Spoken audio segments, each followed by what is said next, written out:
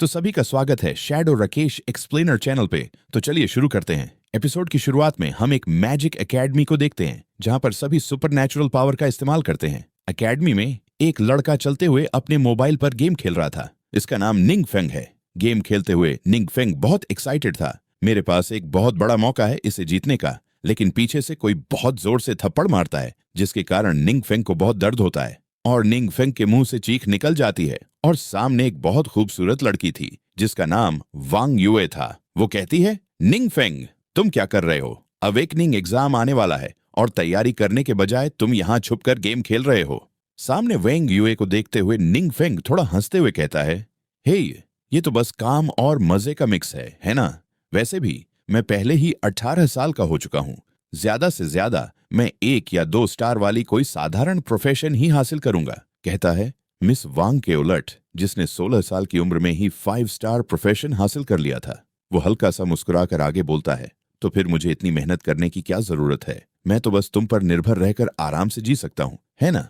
ये सुनकर वांग युए का चेहरा गुस्से से तमतमा जाता है। उसकी आंखों में तेज आक्रोश झलकने लगता है। निंग फेंग को पकड़ते हुए वांग युए कहती है, I'll let me hold my thing। इन्हें देखते हुए सभी लोग कहने लगे, हे अरे क्या वो वांग युए देवी नहीं है? हाँ वही है। वो शायद स्पेशल ट्रेनिंग कैंप से लौटी है। उसने सिर्फ 16 साल की उम्र में 5 स्टार प्रोफेशन हासिल कर लिया। हमारी प्रोविंस में कई सालों से ऐसा टैलेंट नहीं आया। वो खूबसूरत है, अमीर है और असाधारण रूप से प्रतिभाशाली भी। लोगों के बीच का अंतर सच में बहुत बड़ा है। वांग युए निंग फेंग का फोन ले लेता है। निंग फेंग उसे वापस पाने की कोशिश कर रहा था। इसे देखते हुए एक लड़का कहता है, ये निंग फेंग है, स्कूल का बदनाम हारा हुआ लड़का। 18 के करीब पहुंचने के बावजूद अभी तक उसने जागरण नहीं किया। वांग युए निंग फेंग का कान खींचने लगती है। धत्त तेरी, वांग जैसी देवी जो बर्फीली रानी जैसी खूबसूरत है, वो ऐसे लड़के के साथ कैसे घूम सकती है? निंग फेंग ये चिल्लाकर कहता है। इसे देखकर सभी लड़के गुस्से में आ जाते हैं और कहने लगते हैं, मैंने सुना है कि वे बचपन के दोस्त हैं, लेकिन क्या वो अनाथालय से नहीं है? कोई उसके जैसा हारा हुआ लड़का भला वांग जैसी देवी का बचपन का दोस्त कैसे हो सकता है? ब्लू स्टार, एक ऐसी दुनिया जहां वर्चुअलिटी और रियलिटी एक हो जाते हैं, स्क्रीन पर लिखा हुआ था। 2025 की अवरकलिंग शुरू होगी। यहाँ पर वॉरियर, असैसिन, मेज, अर्चर बन सकते हो। यहाँ जो कोई भी 16 साल या उससे अधिक उम्र का है, उसे विशेष क्षमताएं जागृत करने और एक एडवेंचरर बनने का मौका मिलता है। प्रिय छात्रों, आगे मैं आप सभी को परीक्षा के नियमों से परिचित कराना चाहता हूँ। जागृति शुरू होती है। निंग फेंग चेहरे पर एक अजीब उदासी के साथ उस कमरे में था जहाँ अवेकनिंग हो रहा था। What the hell? वांग युए को हमेशा इतना सीरियस होना ही पड़ता है, उसने झुंझलाते हुए कहा। ये मेरी तीसरी बार है ये एग्जाम देने की। मैं कोई रुकी नहीं हूँ। क्लास के अंदर बहुत सारे स्टूडेंट थे। सामने एग्जाम हो रहा था जहां पर अवेकनिंग होगी। जिन स्टूडेंट्स के नाम पुकारे गए हैं, कृपया टेस्टिंग एरिया में एग्जामिनेशन के लिए आगे बढ़ें। जिन स्टूडेंट्स की सफलतापूर्वक अवेकनिंग हो चुकी है, कृपया अपनी अपनी प्रोफेशन के लिए एक बेसिक इक्विपमेंट सेट प्राप्त करें और प्रैक्टिकल कॉम्बैट टेस्ट की तैयारी करें। और सभी अपना अपना ड्रीम कहने लगे। अगर मैं जागृत हो पाता तो काश मैं एक मेज बन पाता। मुझे वॉरियर प्रोफेशन ज्यादा पसंद है। असली मर्द सीधा लड़ाई में कूदते हैं। असैसिन प्रोफेशन भी बहुत कूल है, अंधेरे में लोगों को मारना। तुम लोग नहीं समझ रहे, आर्चर प्रोफेशन सबसे ज्यादा पॉपुलर है। और एक एक करके निंग फेंग का नंबर आ गया था। अगला, निंग फेंग, क्लास 2, ग्रेड 3। निंग फेंग एग्जाम देने जाने लगा। निंग फेंग को देखकर सभी लड़के और लड़कियां हंसते हुए कहते हैं, अरे क्या वो हारने वाला सीनियर नहीं है? एक महान लूजर। वो हमेशा देवी वांग युए के आसपास ही चिपका रहता है। मैंने तो सोचा था कि वो कोई बड़ा आदमी होगा, लेकिन 18 साल की उम्र तक भी उसकी अवेकनिंग नहीं हुई। अगर वो इस जन्म में कभी जागा ही नहीं तो सच में एक बेकार इंसान होगा। निंग फेंग टीचर के सामने आ जाता है। हेलो टीचर कीवेई कहती है, डोंट बी टेंस, जब भी तुम तैयार हो हम शुरू कर सकते हैं। मिस कीवेई बताती है, क्रिस्टल पर अपना हाथ रखें और अपना मन शांत करें। निंग फेंग क्रिस्टल पर हाथ रखता है। पहले तो कुछ नहीं होता, लेकिन अगले ही पल क्रिस्टल से रोशनी चमकने लगती है, जिससे क्लास के हर एक इंसान शॉक हो जाता है। अगर क्रिस्टल प्रतिक्रिया करता है तो यह निश्चित रूप से जागरण होगा। नीली रोशनी मेज प्रोफेशन का प्रतिनिधित्व करती है, लेकिन अगले ही पल सभी लोग निंग फेंग पे हंसने लगते हैं। कीवेई कहती है, सच में जागरण आपको स्वचालित रूप से प्रारंभिक कौशल प्रदान करता है। अगला, चलिए देखते हैं कि आप कितने स्टार प्रोफेशन जगा सकते हैं। एक तारे की जागृत हुई है। सीखी हुई स्किल मेरे स्किल, बस एक ही तारा, क्या दुख की बात है। निंग फेंग का स्किल देखते ही सभी लड़के लड़कियां हंसने लगते हैं और वह कह देता है, हा हा हा, मैंने सोचा था कि मैं भाग्य को चुनौती दूंगा, लेकिन आखिरकार सिर्फ एक स्टार ही मिला। और वह कह देता है, जल्दी नीचे आओ, क्या वहीं खड़े होकर खुद का मजाक बनवाओगे। एक लड़की तो ये तक कह देती है, कचरा तो कचरा ही रहता है, क्या सच में उसे लगता है कि वह सोना बन सकता है। निंग फेंग का मजाक देखकर क्वेई कहती है, निंग फेंग, तुमने कौन से स्किल्स अवेकन किए हैं। पहले तो निंग फेंग कोई जवाब नहीं देता, फिर उसका ध्यान टूटता है और वह क्वेई को जवाब देता है। उसके हाव भाव से लगता है कि वह गहराई से प्रभावित हुआ है। इतने लंबे समय तक निष्क्रिय रहने के बाद आखिरकार, लेकिन फिर भी सिर्फ एक स्टार ही मिला। फिर क्वेई कहती है, ये रहा तुम्हारा इक्विपमेंट, जैसे ही बदल लो अगले स्टेज पर बढ़ो। क्या मैंने अभी सच में यही सुना। निंग फेंग की आंखों में चमक थी और हाथ में एक छड़ी लिए उसने आत्मविश्वास के साथ कहा। तभी अचानक एक सिस्टम का नोटिफिकेशन आता है। डिंग, होस्ट की जागृति पूरी होने और सिस्टम सक्रियण की योग्यताओं को पूरा करने का पता चला है। निंग फेंग कुछ समझ नहीं पाता और पूछता है, ये सिस्टम क्या है। सिस्टम बताती है, सिस्टम सफलतापूर्वक सक्रिय हो गया है। होस्ट ने डार्क ओरिजिन और गिफ्ट ऑफ मिस्ट्री की पैसिव क्षमताएं प्राप्त की हैं। पैसिव कौशल डार्क ओरिजिन, आप डार्क पावर के पलटवार से प्रतिरक्षित हैं और निषिद्ध जादू कास्ट करते समय किसी भी लागत से मुक्त हैं। Passive Kaushal gift of mystery, आप हर हफ्ते बिना किसी खपत के एक निषिद्ध जादू कर सकते हैं। निंग फेंग सोचता है, अंधकार की शक्ति, क्या यह दुनिया की सबसे दुष्ट शक्ति नहीं है। और ये निषिद्ध मंत्र सभी उच्च स्तरीय मंत्र हैं, इनका मुझसे क्या संबंध है। सिस्टम बताती है, पता चला कौशल मायर स्पेल परिवर्तन शुरू हो रहा है।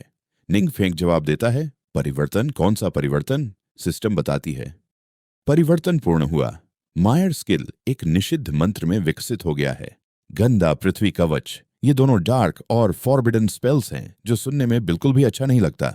मुझे अभी कॉम्बैट टेस्ट भी देना है, उम्मीद है कुछ गलत ना हो।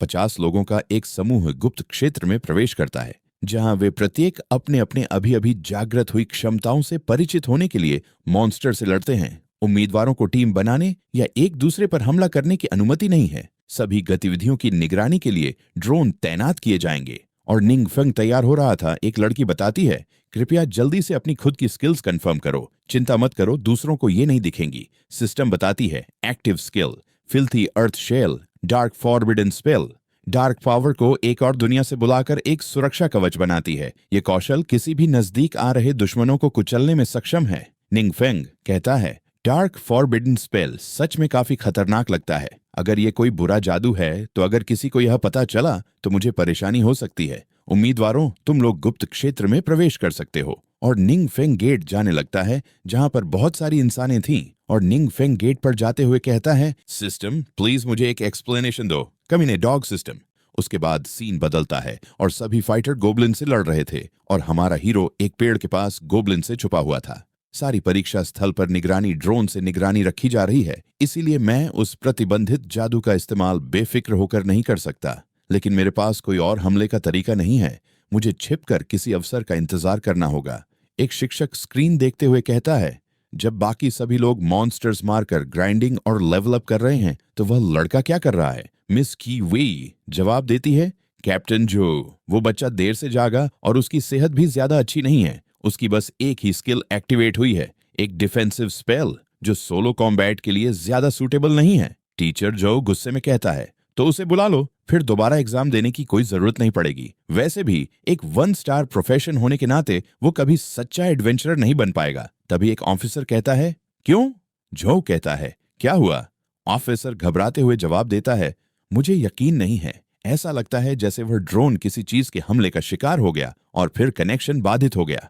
अलर्ट, गुप्त क्षेत्र के अंदर एक असामान्य रूप से शक्तिशाली ऊर्जा उतार चढ़ाव का पता चला है। जल्दी जाओ, जांच करो और पता लगाओ कि क्या हुआ। उसके बाद फिर से ग्राउंड का सीन दिखता है, जहां एक ड्रोन टूटी हुई जमीन पर पड़ा था और एक लड़का गोब्लिन को देखकर डरने लगता है। डरते हुए वह कहता है, गुप्त क्षेत्र में इतना शक्तिशाली राक्षस कैसे हो सकता है। सामने जो एक गोब्लिन था, उसकी आंखों में खौफ था और हाथों में एक खंजर था। हंसते हुए वह कहता है, उठो साथी कबीले के सदस्यों, अब और गुलाम मत बनो, मेरे आदेश को सुनो। और गोब्लिन चिल्लाकर कहता है, इन आक्रमणकारियों को यहीं मरने दो। इससे सारे गोब्लिन जोश में आ जाते हैं। एक एक करके गोबलिन लीडर सारे ड्रोन को तोड़ने लगता है। इसे देखकर निंग फेंग बहुत डरने लगता है। आखिर क्यों वह सारे ड्रोन को नष्ट कर रहा है? लेकिन हमारा हीरो गोबलिन की नजर में आ जाता है। गोबलिन लीडर हंसते हुए कहता है, ओह, यहाँ सच में एक छोटा सा कीड़ा छिपा हुआ था। इन सब को देखकर निंग फेंग सोचता है, यहाँ इतने सारे राक्षस क्यों इकट्ठे हुए हैं और बीच वाला तो किसी एलिट लीडर जैसा लग रहा है। रुको, ड्रोन गायब हो गया। शानदार मौका, यही सही वक्त है यह पर प्रतिबंधित मंत्र वाकई प्रभावी है या नहीं इसे परखने का। निंग फेंग अपने डार्क मैजिक का इस्तेमाल करना शुरू करता है। पहले वह अपने हाथ ऊपर उठाता है, फिर उसके चारों तरफ कंकालों के साथ एक काली आभा घूमने लगती है। इस जादू को देखकर गोबलिन लीडर और सारे शिक्षक तुरंत पहचान जाते हैं। एक अधिकारी उलझन और घबराहट में कहता है, रिपोर्ट, सभी दृश्य कनेक्शन खो चुके हैं।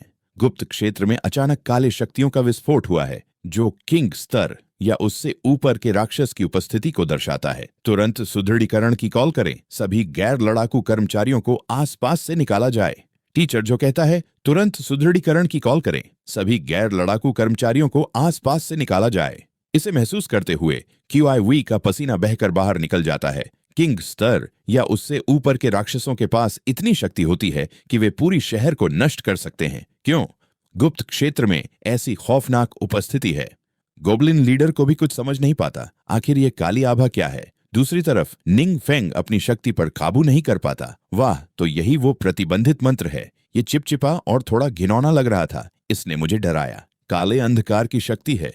क्या वह इंसान है? ये कैसे मुमकिन है? रुको, मेरी हरकतें वे धीमी हो रही हैं और आखिरकार गोबलिन लीडर भी मर जाता है और इससे निंग फेंग को 6000 पॉइंट्स मिलते हैं। उसके बाद निंग फेंग अपना स्टेटस देखता है। प्रोफेशन मेज, लेवल 10, शारीरिक शक्ति 10, मजबूती 8, चुस्ती 8, आत्मिक शक्ति 20, सहन शक्ति 12 इंच। वाओ, मुझे एक पल में 10 लीवर पर प्रमोट कर दिया गया। पिछले मुकाबला परीक्षणों में वे सबसे ज्यादा 1 या 2 स्तर ही बढ़ा पाते थे। निंग फेंग थोड़ा सोचता है, हालांकि उन मॉब्स से मिलने वाले अनुभव अंक काफी कम हैं। मुख्य अनुभव स्रोत उस एलीट मॉन्स्टर से आता है जिसका मैं पहले सामना कर चुका हूं। लेकिन फिर, अरे, गुप्त क्षेत्र में एलीट मॉन्स्टर क्यों दिखाई देगा? और निंग फेंग जो गोबलिन को मारा था, उससे जमीन पर एक इनाम गिरा हुआ था और इस इनाम से एक रोशनी का प्रभाव बाहर निकल रहा था। और निंग फेंग को अचानक कुछ महसूस होता है। ओह, ये वही लूट है जो उस एलीट मॉन्स्टर से गिरी थी। हैरानी की बात है कि दोनों आइटम्स ऑन रेंज क्वालिटी के हैं। एक एम्बलम जो स्थायी रूप से गुण बढ़ाता है। मैंने कभी ऐसा कुछ नहीं देखा। पायोनियर एम्बलम उपयोगी गुणवत्ता। ऑन रेंज स्थायी रूप से एगिलिटी गुण को +10 से बढ़ाता है, लेकिन ऑन रेंज क्वालिटी पहले ही एक एपिक स्तरीय खजाना मानी जाती है जो निस्संदेह अत्यंत मूल्यवान है। शैडो किलिंग हुक क्लॉ हथियार की गुणवत्ता। ऑन रेंज स्तर की आवश्यकता 20 +13 शक्ति +16 एगिलिटी +10% हमला गति +5% क्रिटिकल हिट चांस। और ये क्लॉ, भले ही मैं इसे उपयोग नहीं कर सकता, ऑरेंज उपकरण को बेचा जाए तो अच्छा खासा पैसा मिल सकता है। निंग फेंग उत्तेजना के साथ कहता है, इस रेट पर मैं बिना किसी मुश्किल के ऊंचे स्तर के मॉन्स्टर्स को हराकर आसानी से लेवल अप कर सकता हूँ। वाह, हा, आखिरकार अमीर हो रहा हूँ। सभी उम्मीदवारों ने तुरंत टेस्ट को छोड़ दिया और जल्दी से स्क्रॉल्स का उपयोग करके बाहर चले गए। निंग फेंग ऊपर देखते हुए कहता है, क्या हो रहा है? और निंग फेंग के चारों ओर काले आभा के साथ बड़े बड़े गड्ढे हो जाते हैं। क्या यहाँ आसपास सुनसान है? हिस्सा, क्या यह प्रतिबंधित जादू की शक्ति है? क्या ये सब जाल हैं? और एक संदेश आता है। सभी उम्मीदवारों ने तुरंत टेस्ट को छोड़ दिया और जल्दी से स्क्रॉल्स का उपयोग करके बाहर चले गए। निंग फेंग बैठ जाता है और उसके चारों ओर एक गोलाकार जादुई वृत्त था। अगर किसी ने इसे देख लिया तो यह भयानक होगा। भाग जाओ। सभी को जादू करके जहां से गया था वहां सबको समन कर लिया जाता है। सभी समन होते ही टीचर जो चिल्लाकर कहता है, यहां मत रुकना, तुरंत यहां से निकल जाओ और शहर वापस जाओ। किंग रैंक या उससे उच्च श्रेणी के मॉन्स्टर्स, अगर यहाँ सभी लोग टीम बनाकर भी लड़ें तो भी हम उनका मुकाबला नहीं कर पाएंगे। मुझे सोच रहा है कि क्या रीइंफोर्समेंट समय पर पहुंचेंगे? क्या अंधेरी शक्ति का स्रोत अचानक गायब हो गया? हाँ, वह मॉन्स्टर नहीं, गुप्त क्षेत्र के बाहर नहीं भाग सकता। जो हैरान के साथ कहता है, लेकिन निंग फेंग के चेहरे पर कोई भाव नहीं था। कि वे कहता है, यह हमारे नियंत्रण से बाहर है, मैं तुरंत इसकी रिपोर्ट करूंगा। दूसरी तरफ से कहता है, सभी चुप रहो ताकि व्यापक घबराहट को रोका जा सके। अकादमी की सीलिंग एरिया की संरचना शुरू करो और गैर आवश्यक कर्मचारियों के लिए एक ही निकासी छोड़कर जल्दी से उन्हें बाहर निकालो। इसके कारण क्यूआई वेई को पसीना आ जाता है। कियो वेई को ऐसे देखते हुए निंग फेंग कहता है, मिस कियो वेई। निंग फेंग को देखते हुए क्यूआई वेई को राहत महसूस होती है और वह अपनी स्थिति बताती है और निंग फेंग ये भी बताती है कि मैं बिल्कुल ठीक हूँ। उसके बाद सीन बदल जाता है। निंग फेंग और वांग यूए रास्ते में साथ चल रहे थे। निंग फेंग कहता है, टीचर ची काफी सतर्क लग रही हैं, जैसे कोई बड़ा खतरा सामने हो। क्या हो रहा है? यह सुनकर वांग यूए जवाब देती है, मैंने सुना है कि गुप्त क्षेत्र के अंदर एक अज्ञात शक्ति स्रोत का पता चला है, इसीलिए पूरे स्कूल को बंद कर दिया गया है। निंग फेंग उदासी के साथ मन में सोच रहा था, अज्ञात शक्ति स्रोत, क्या यह वही अज्ञात उत्पत्ति वाला एलीट मॉन्स्टर है? जागृति तक पहुंचने के लिए इतना सहन किया और अब परीक्षा बीच में ही रुक गई। ऐसा लगता है कि इस घटना ने उस पर गहरा असर डाला है। वांग यूए पहले यह सोचती है, फिर बताती है, रक्षात्मक मंत्र जीवित रहने के लिए प्रभावी होते हैं, लेकिन वे एकल स्तर बढ़ाने के लिए उपयुक्त नहीं होते। कल से तुम हमारी यात्रा में हमारे साथ मिलकर काम करोगे। निंग फेंग यह सुनकर अपने एटीट्यूड लहजे में कहता है, आपकी मेहरबानी के लिए धन्यवाद, लेकिन खुद को परेशान करने की जरूरत नहीं है। मैं खुद ही लेवलिंग संभाल लूंगा। लेकिन मन में कोई और चीज उसे परेशान कर रही थी। ऐसा नहीं है कि मैं नहीं चाहता, लेकिन मुझे केवल अंधकारमय प्रतिबंधित जादू ही आता है। इसे दूसरों के सामने लापरवाही से इस्तेमाल करना उचित नहीं होगा। वांग यूए यह सुनकर थोड़ा भ्रमित हो जाती है, फिर अपनी बात पर जोर देती है, कोई बहाना नहीं, कल सुबह 8 बजे पश्चिमी जिले के गेट पर मैं तुम्हारा इंतजार करूंगी। फिर वह जाने लगती है और यहाँ निंग फेंग की हालत पूरी तरह से खराब हो गई थी।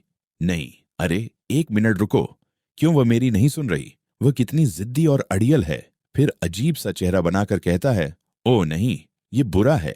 क्या मुझे बीमार होने का बहाना करना चाहिए? फिर ये अपने आप से कहता है, नहीं, उसकी पर्सनैलिटी के साथ मैं चाहे जितना भी कोशिश करूं, मैं उससे बच नहीं सकता। शायद कोई तरीका हो, हालांकि मुझे नहीं पता कि यह काम करेगा या नहीं। उसके बाद सीन बदलता है युआन चेंग ट्रेडिंग सेंटर में, जहां सभी एडवेंचरर्स अंदर प्रवेश कर रहे थे। वहीं निंग फेंग भी वहां एंट्री लेता है। कुछ उपकरणों के साथ स्किल्स जुड़े होते हैं। मैं मायर स्किल वाला एक उपकरण खरीद सकता हूं और कल इसे इस्तेमाल करने का नाटक कर सकता हूं। आशा करता हूं कि सिस्टम उपकरण से जुड़े स्किल्स को भी प्रतिबंधित जादू में न बदल दे।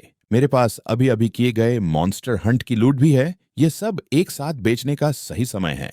निंग फेंग एक लड़की के पास जाता है। लड़की अपने प्यारे अंदाज में कहती है, हेलो सर, मैं आपकी कैसे मदद कर सकती हूँ? निंग फेंग कहता है, मैं ऐसा उपकरण खरीदना चाहता हूँ जिसमें मायर स्किल हो, चाहे वह कोई हथियार हो, परिधान हो या फिर कोई एक्सेसरी। लड़की बताती है, आप हाल ही में जागृत हुए छात्र हैं, है ना? दरअसल मायर जैसी कम स्तर की क्षमता के लिए अलग से उपकरण खरीदने की जरूरत नहीं है। हमारे पास यहाँ कई ऐसे आइटम हैं जिनमें उन्नत स्किल्स जुड़े हुए हैं, जो लेवल बढ़ाने के लिए एकदम सही हैं। अगर आप चाहें तो मैं आपको कुछ दिखा सकती हूँ। निंग फेंग जल्दीबाजी में कहता है, नहीं, मैं इसे अस्थायी रूप से इस्तेमाल कर रहा हूँ, तो उपकरण को ज्यादा उन्नत होने की जरूरत नहीं है। लड़की कहती है, हे, यहाँ आओ और उसकी मदद करो। लड़की अपने एटीट्यूड में कहती है, इतनी हंगामे के बाद पता चला कि यह तो एक गरीब हारे हुए इंसान है। मैं इन्हें सर्व करने की झंझट में नहीं पड़ सकती। नए आने वाले को इसे संभालने दो।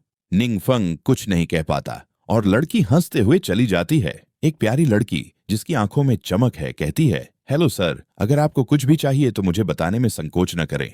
उसके बाद निंग फेंग शॉपिंग शुरू करता है। उसकी आंखों में जोश होता है और हंसते हुए उसके हाथ में एक रोबोट जैसा कुछ होता है। उसके बाद वो एक तलवार उठाने की कोशिश करता है, लेकिन इसमें नाकाम होता है। उसके बाद निंग फेंग हाथ पे एक रिंग पहनता है और स्टोर एम्प्लॉय से कहता है, ये बहुत अच्छा है, धन्यवाद, तुमने मुझे इतने सारे स्टोर्स में साथ दिया। वैसे मैं पूछना चाहता था, मैं अपनी लूट कहाँ बेच सकता हूँ? लड़की जवाब देती है, क्या तुम यहाँ सामान बेचना चाहते हो? मैं तुम्हें वहां ले जा सकती हूँ। उसके बाद सीन बदलता है और हम देखते हैं सेल स्टफ को, जिसकी आंखों पर एक अजीब आभा होती है। वह ज्यादा प्रतिक्रिया न करके कहती है, कृपया अंदर आइए, और ये दोनों अंदर आती हैं। लड़की कहती है, मास्टर वांग, ये सज्जन कुछ लूट बेचने में रुचि रखते हैं। और निंग फेंग हाथों में एक चीज देते हुए कहता है, क्या आप कृपया मेरी मदद कर सकते हैं यह तय करने में कि इनकी कीमत कितनी है?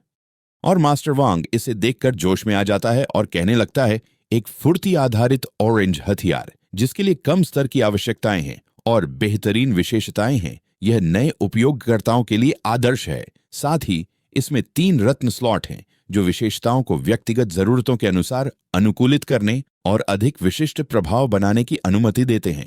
ये एक मूल्यवान वस्तु है और हमारे पास यहाँ कई ग्राहक हैं जो इस उपकरण में रुचि ले सकते हैं। कीमत के मामले में क्या आपकी कोई विशेष मांग है? हमारा हीरो भी हंसते हुए जवाब देता है, कीमत के मामले में जितनी ज्यादा उतनी बेहतर, बेशक। फिर से वांग कहता है, समझ गया, कृपया थोड़ी देर इंतजार करें, मैं कुछ कॉल करके संभावित ग्राहकों से संपर्क करता हूं। शियाओ यांग, सही, मिस्टर निंग का अच्छे से ख्याल रखना। और लड़की इसमें सहमति जताती है और मास्टर वांग किसी को कॉल करके कहता है, मिस्टर जांग, क्या आप अपने बेटे के लिए एक उच्च गुणवत्ता वाला उपकरण नहीं ढूंढ रहे थे? हाँ बिल्कुल, मेरे पास यहाँ एक है। और हमारा हीरो अच्छा खासा ट्रीटमेंट पा रहा था। फिर वांग की बात खत्म होती है और मास्टर वांग निंग फेंग से कहता है, मिस्टर निंग, उपकरण बिक चुका है और खरीदार 50,000 क्रिस्टल कॉइन्स देने के लिए तैयार है। 8% लेन देन शुल्क काटने के बाद आपको 40,000 क्रिस्टल कॉइन्स मिलेंगे। और इसे सुनकर निंग फेंग और सेल्स गर्ल हैरान हो जाते हैं, आखिर इतना पैसा क्यों मिल रहा है? फिर वांग कहता है, अगर आप यहाँ कागजी कार्रवाई पूरी कर लेते हैं तो हम पैसे आपके अकाउंट में ट्रांसफर कर देंगे। निंग फेंग जवाब देता है, ये तो काफी जल्दी हो गया और संयोग से मैं कुछ और उपकरण खरीदने की योजना बना रहा था। मैं जल्द ही आपको कुछ सुझाऊंगा और मैं गारंटी देता हूं कि आप संतुष्ट होंगे। उसके बाद सीन बदलता है कमरे के बाहर, जहां 3 लड़कियां आपस में बात कर रही थीं। क्या तुम्हें हैंडसम लड़के सबसे ज्यादा पसंद नहीं हैं? तो फिर तुमने अभी अभी उस क्यूट लड़के को जाने क्यों दिया? मुझे सिर्फ हैंडसम लड़के पसंद हैं जो अमीर और प्रभावशाली हों। ये गरीब लोग तो मेरे जूते तक चमकाने के लायक नहीं हैं। ना ना ना, क्या तुम्हें इतना व्यावहारिक होना जरूरी है? एक लड़की निंग फेंग को दिखाते हुए कहती है, अरे क्या वो तुम्हारा पहले वाला ग्राहक नहीं है? वो मास्टर वांग के साथ क्यों है?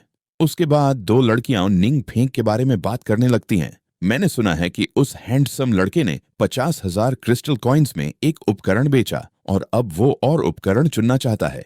50,000 क्रिस्टल कॉइन्स, ये तो हमारी 3 महीने की सैलरी से भी ज्यादा है, सिर्फ कमीशन से ही। हाँ, काश मैं उसे हैंडल करती, तब वो कमीशन मेरा होता। ये सब सुनकर पहली सेल्स गर्ल, जो निंग फेंग को गरीब समझ रही थी, उसे जोर का झटका लगता है। क्यों? मुझे ही उसे संभालना चाहिए था, वो कमीशन मेरा होना चाहिए था, वो पूरी तरह से मेरा हक था। उसके बाद बाहर का सीन दिखता है जहां लड़की निंग फेंग से कहती है, मिस्टर निंग, अपना ख्याल रखना, अगली बार जब आप आएं तो सीधे मुझे ही ढूंढना, मेरा नाम यांग शिन है। उसके बाद अगले दिन हम देखते हैं निंग फेंग खुशमिजाज होकर स्कूल आ रहा है, लेकिन उसके मन में कुछ अलग चल रहा था। कल रात मैंने उस उपकरण के साथ आए स्पेल्स को टेस्ट किया और उन पर सिस्टम का कोई असर नहीं हुआ। अब मुझे बेनकाब होने की चिंता नहीं करनी पड़ेगी। फिर हमारा प्रोटोगोनिस्ट वांग युए को देखता है और उसे बुलाता है। तभी पीछे से एक आवाज आती है जिसे सुनकर वांग युए चौंक जाती है। युएर, मुझे नहीं पता था कि तुम यहाँ हो। फिर हम 4 फाइटर्स को देखते हैं।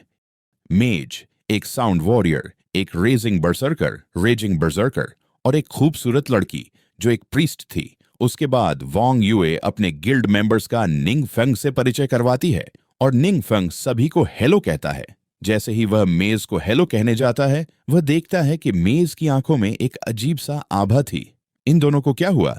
ये मुझे इस तरह क्यों देख रहे हैं जैसे मैंने इनसे 80 मिलियन उधार ले रखे हों? मेज वांग युए से कहता है, युएर, मुझे याद है, तुम लगभग सेकंड ट्रांसफॉर्मेशन पर पहुंच चुकी हो, सही? वांग युए जवाब देती है, क्या हुआ? निंग फेंग सोचता है, वाह, हर क्लास एडवांसमेंट पूरा करने में 30 लेवल लगते हैं और युएर पहले ही लेवल 60 के करीब पहुंच चुकी है।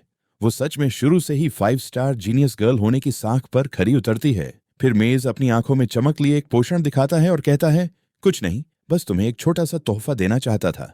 पोषण का स्टेटस है हाई लेवल एजिलिटी पोषण, कैटेगरी उपभोग्य कंज्यूमेबल, गुणवत्ता ऑन रेंज, एजिलिटी विशेषता स्थायी रूप से प्लस 3। इसे देखकर उसके 2 साथी कहते हैं, ओह, ये एक हाई लेवल पोषण है जो स्थायी रूप से विशेषताएं बढ़ाता है। ये जरूर बहुत महंगा होगा, सही? फिर मेज कहता है, कीमत तो छोटी सी बात है, बस 20 से 30,000 क्रिस्टल कॉइन्स। मेरे और युएर के लिए ये कोई चिंता की बात नहीं। असल चीज ये है कि इतने हाई ग्रेड पोषण पैसे से भी आसानी से नहीं मिलते। मेरे डैड ने कई दोस्तों से पूछा और इसे हासिल करने में काफी मेहनत लगी। वांग युए कहती है, मैं तुम्हारी दरिया दिली की सराहना करती हूँ, लेकिन तुम ये तोहफा वापस ले सकते हो। फिर मेज समझाता है, मना मत करो, यह पोषण काफी मूल्यवान है, क्या तुम टॉप टियर यूनिवर्सिटी में दाखिला लेने की इच्छा नहीं रखती? वांग यूए जाते हुए कहती है, कोई जरूरत नहीं, हमें और भी काम है, तो हम पहले चलते हैं। मेज कुछ समझ नहीं पा रहा था, आखिर वह ऐसा क्यों कर रही है। पीछे हमारा हीरो हंस रहा था, जैसे जोकर के शो में जोकर के मास्टर की मजाक बन रही हो। लेकिन मेज ऐसा कैसे छोड़ता? वह चिल्लाकर कहता है, रुको एक पल, क्या तुम वाकई अपना समय इस तरह के कचरे पर बर्बाद करने वाली हो? वांग यू एक गुस्से में पीछे मुड़ती है और कहती है, झाओ छेंग, अपनी बातों का ध्यान रखो। लेकिन झाओ छेंग हंसते हुए कहता है, मैंने कुछ गलत नहीं कहा। 1 स्टार बेकार होते हैं, वो अपनी जिंदगी में कभी कुछ हासिल नहीं कर सकते। और हमारा प्रोटोगोनिस्ट सोचता है, अचानक ये मुझे ही टारगेट क्यों कर रहा है? ये बंदा है कौन? क्या ये पागल है? क्या मुझे बस एक फॉरबिडन स्पेल कास्ट करके इससे छुटकारा पा लेना चाहिए? आप लोगों को ये मनहवा कैसा लग रहा है? क्या इसका अगला पार्ट लाना सही रहेगा? मुझे कमेंट करके बताओ।